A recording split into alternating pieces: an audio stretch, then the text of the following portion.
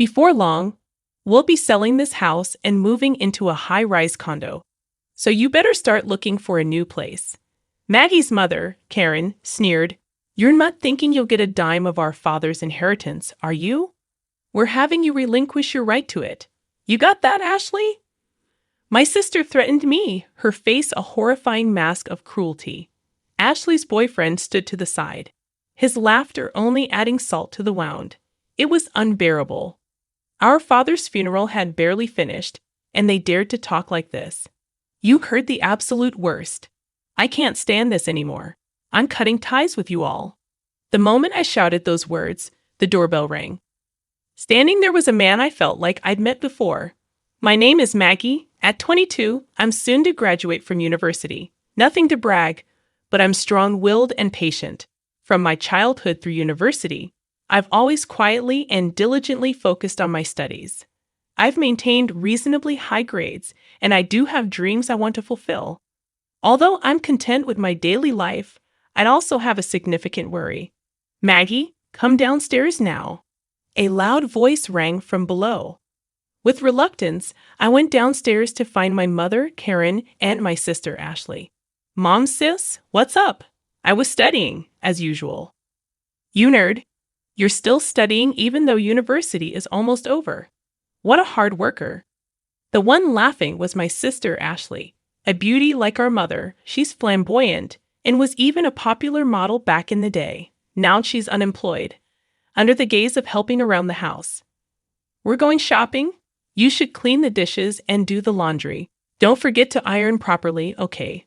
Also, we're out of detergent and other things, so you should go shopping."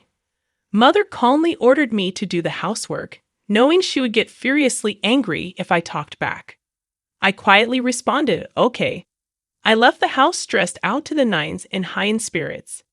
"I need to get on with that," I muttered quietly as I started to clean up the mess they had left behind. Mom, a former beauty queen, has extravagant tastes and loves luxury. She's always favored my beautiful sister while ignoring me since I'm not all that pretty. Moreover, they've always dumped housework and other chores on me as if I'm their maid. My sister took advantage of this, and I've been oppressed by them since I was little. Yet I've tolerated it because, after all, we are family. And then my phone rang. When I looked at my phone screen, it read Dad. "Hello, Dad, it's been a while." I could tell my voice had brightened. "Oh, Maggie, it's been a while. Are you doing okay?" "I'm doing great. How about you, Dad? It's night there, right? How's work?" "I'd like to say I'm fine, but I've been having headaches lately. I'm planning to go see a doctor soon." "How's your schoolwork? Is it going well, Dad? Take care of yourself, okay? Thanks to you, everything is going well. I'm studying hard to achieve my dream." "That's my girl. You're always so diligent. Remember what I always say, be righteous and kind, right? Don't worry, I'm doing my best." That's my Maggie. I'll bring lots of souvenirs when I come home next time. After that conversation, I hung up the phone. To put it bluntly, my family is well off. This was largely due to my elite father, Harry, who has been flying around the world for work since his younger days. Although he was often away from home, he was kind to me and showered me with love whenever we had the chance to meet. I adored him dearly. However, to my mother, Karen, and my sister, Ashley, he was nothing more than an ATM. The harsh truth was that they were living lavishly on the money he earned. "Be righteous and kind, Maggie," he would say. His presence was always nurturing and supportive. He was my rock. That's why I was able to stay strong until now. Several months later, shortly after I graduated from university, a chilling event occurred. "Maggie, Dad has..." Karen burst into my room, her face as pale as a ghost. Apparently, my father had collapsed at the airport as soon as he returned home and was rushed to the hospital. Upon hearing the news, Ashley, Karen, and I immediately headed to the hospital. There, my once strong father lay frail and helpless. "We suspect he's had a stroke," the doctor informed us. Despite extensive treatment, my father barely improved. To be specific, he was left with severe physical paralysis and a speech impairment, unable to stand or converse properly. To care for my now dependent father, I decided to put my dreams on hold and dedicate myself to his care at home. Predictably, Karen and Ashley completely ignored him, treating him as if he was useless. They didn't even help with his care, let alone come by to see him. Mom, Ashley, if you helped with Dad's care once in a while, I'm sure he'd be really happy, I pleaded. However, their response was always the same. We're too busy. We've left Dad's care to you. Dad, it was a lovely day today, I would tell him. Thank you. He would struggle to reply. I studied and learned about caregiving. I made sure he could see outside by keeping the curtains open, fed him specially prepared meals, and arranged fresh flowers every day. Though I had help from professional caregivers, I did everything I could for him with all my heart, remembering my father who had worked so hard for us and showered us with love. I was desperate to do everything. Whenever times got tough, I would recall my father's words, Maggie, always be righteous and kind, and each time it gave me the strength to carry on. One day, I overheard Karen and Ashley whispering in the house. Thanks to Dad's insurance money, I was able to buy that bag I wanted, Karen said. I know, right? Thanks, Dad. Maybe I should get a new wallet too, Ashley chimed in. I held back from yelling at them and continued to listen, only to hear Karen utter something even more shocking. If Dad were gone, we'd receive a few $100 million from his life insurance and inheritance he's been saving up through his job and investments. Wow, Mom. And we should totally buy a luxury condo, and my boyfriend could live with us. Oh, I wish Dad would hurry up and die. Indeed, I couldn't bear it any longer and left the scene. My father was struggling to stay alive, and yet they were spending his insurance money and dreaming about a luxury condo from his inheritance, wishing for him to die sooner. I felt like vomiting out of anger and despair. In reality, my mother and Ashley had been living it up recently, buying up brand name items and even leaving my father and me behind to go on overseas trips. But there was no way I could tell my father, who was already having such a hard time. I didn't want to sadden him. Pretending I hadn't heard my mother and Ashley's conversation, I devoted myself to taking care of my father. Many friends and acquaintances often came to visit him. They all loved him. I particularly remember an older man in a suit and glasses who often came. I wasn't present, but he was probably an executor from my father's company or something. He would bow his head and greet me whenever he saw me. I was happy that my father was loved, and on the days when he had visitors, his face seemed brighter. I thought these days would continue, but a few months later, my father had a stroke recurrence and suddenly passed away. I cried, clinging to my father's body that no longer spoke. Even my mother and Ashley shed tears this time, mourning the loss of my father. What followed was a whirlwind. There was a wake and a funeral to be held, and of course my mother, the chief mourner, did nothing. Neither did Ashley. In the end, I had to go through all the procedures by myself, running around in a rush. The wake ended, and many people attended the funeral, with numerous flowers arriving as well. Seeing the character and popularity my father had in life, I felt somewhat comforted. At the funeral, sobbing voices echoed, and my father, with a peaceful face, embarked on his journey.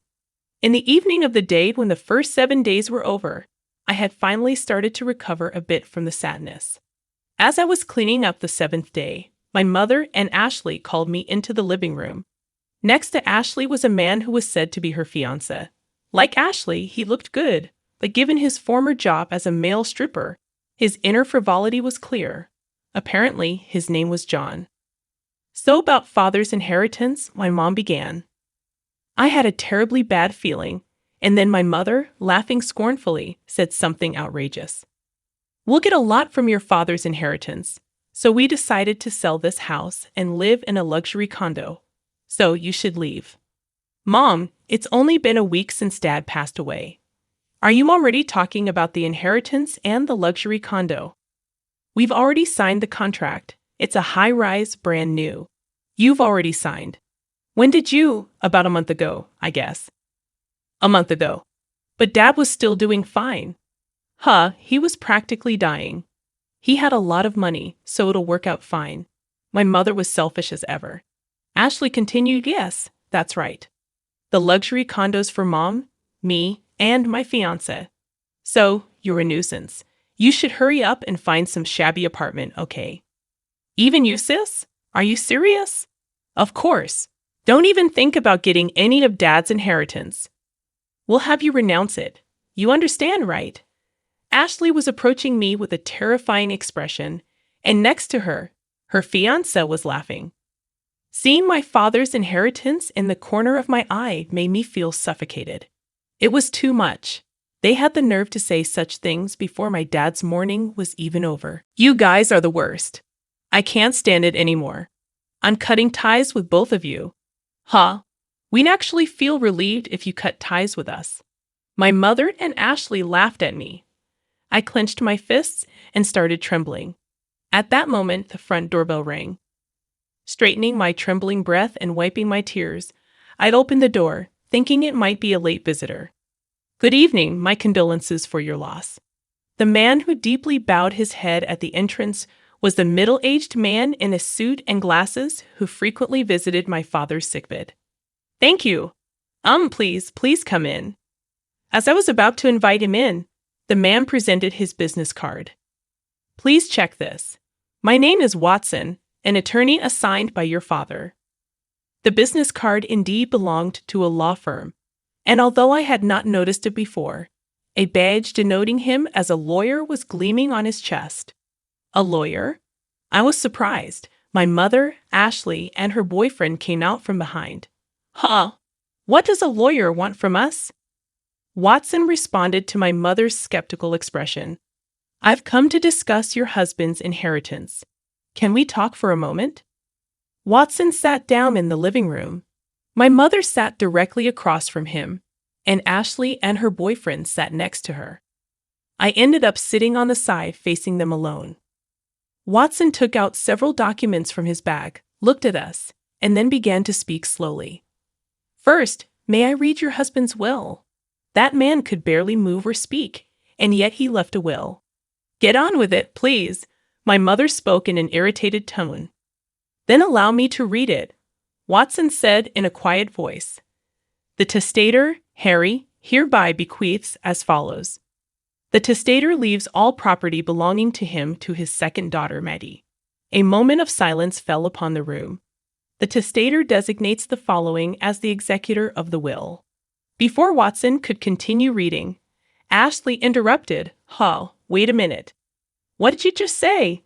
Didn't you hear me? The testator designates the part before that. Let me read it again. The testator, Harry, hereby bequeaths all property belonging to him to his second daughter, Maddie. What does that mean? Karen, our mother, and Ashley exclaimed in unison. I was so shocked that I couldn't breathe, and all I could do was stare in astonishment. Watson continued, Next, I will read the postscript of the will, looking at me. In other words, this is your father's final message. I quietly listened as he read. Maggie, you gave up your precious dreams to take care of me. I wasn't able to pay much attention to you because I was always working, but I truly appreciate it. Thanks to you, I was able to pass away peacefully and fulfilled. Upon hearing my father's last words from Watson, tears started to well up in my eyes. Maggie, always be kind and correct. I know you can do it. Your father will always be watching over you. Please be happy. All I could do was sob in front of them while Karen and Ashley were making a big fuss. What does that mean? So the inheritance all goes to her? Yes. What happens to our money? In response to their outburst, Watson cast a brief glance at them. You two are not mentioned, by the way. Maggie is also the sole beneficiary of the life insurance. What are you talking about? Do you think that's allowed? Karen turned beet red, ready to burst at any moment. That's right. Isn't there something called a reverse portion that's supposed to be guaranteed to the wife and the children, right? Ashley leaned forward eagerly. You're referring to the statutory reserve. Indeed, you two have the right to claim a statutory reserve from the inheritance Maggie will receive. Watson said in a matter-of-fact tone. Of course, Karen seemed to be getting back to her usual self. Even if there is a will, if its contents are unfair, you can claim a share of the inheritance prescribed by the civil law. However, Watson continued, Harry had commissioned us to investigate the fact that you, Karen, and you, Ashley, were living luxuriously with Harry's money and squandering the insurance money. The eyes of Karen and Ashley widened in astonishment. Indeed, you purchased a luxury condominium and a car, and you spend quite lavishly on host clubs and overseas trips. All the caregiving and household chores were left to Maggie alone. Moreover, there were even remarks hoping for Harry's death. My father knew everything. He knew everything but pretended not to know. That's my mother. Stammered Watson responded calmly. In this case, it's unlikely that the distribution of the inheritance will be deemed unfair. Even if you take it to court, it's very unlikely you'll be able to claim anything. Of course, you can try if you wish. I'll be the one you'll be set up against. My mother's face had turned a pale blue. That's ridiculous, my sister also muttered. When Watson was leaving and I walked him out to the entrance, he said, Maggie, you have grown up to be quite admirable. Your father always spoke of you with such joy. Really, my father has known your father since we were young, and I was honored to take on this request. Your father felt he was too lenient with the other two, but I believe he found peace knowing how well you turned out. Watson's eyes were squinted in a warm smile. I was so touched that I teared up again. Please live a happy life from now on. You know I'm always here to help. Watson left me with those words, and I kept bowing deeply to him. A year later, with Watson's help, I was able to inherit all of my father's assets. As for my mother and sister, my mother, unable to pay off the loans for the high-rise condominium, had already contracted the expensive car and the designer goods, eventually went bankrupt. My sister, on the other hand, was quickly abandoned by her boyfriend when he learned that she wouldn't be inheriting anything. I heard through the grapevine that she's now living with my mother and working part-time. They called me for a while, but I kept replying, I've cut ties with you. Please contact me through a lawyer. I thought that was what my father wanted too. Now they don't contact me at all. As for me, I used my father's inheritance to attend a law school I had once given up on. Originally, I wanted to become a prosecutor to uphold my father's words, always be kind and correct. But now my dream has changed. After working with Watson, who had saved me in my time of need and provided unwavering support, I started to admire being a lawyer myself. So now, I'm studying hard to become one.